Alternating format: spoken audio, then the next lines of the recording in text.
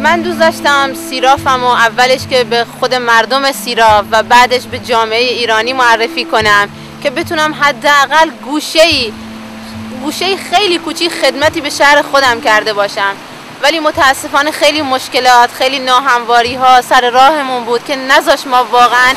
نمیگم به پیروزی دست پیدا نکردیم، خدا رو شکر واقعا پیشرفت کردیم، ولی تو این 1-2 سال مشکلات خیلی زیادی جلو راهمون سد کرد که نتونستیم خیلی کارهایی که باید میکردیم و انجام بدیم.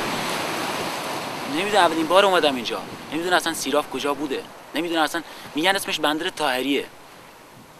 میگن اسمش سیرابه، یکی میگه سیرافه.